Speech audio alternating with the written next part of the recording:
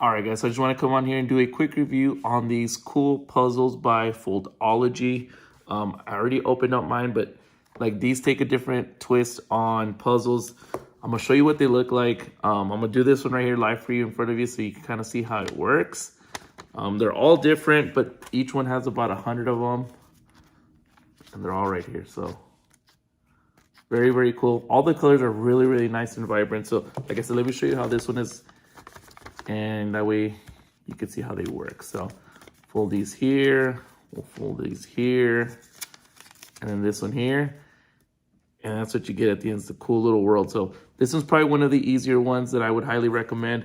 And actually, we're trying to race to see who can get it faster. And my soulmate over here got the fish. That's very cool. Look at that. Awesome. So if you're looking for something fun to do, like I said, there's 100 of them in here. They look really, really cool at the end. So if you're looking for some cool puzzles, these by Foldology, highly recommend. 10 out of 10.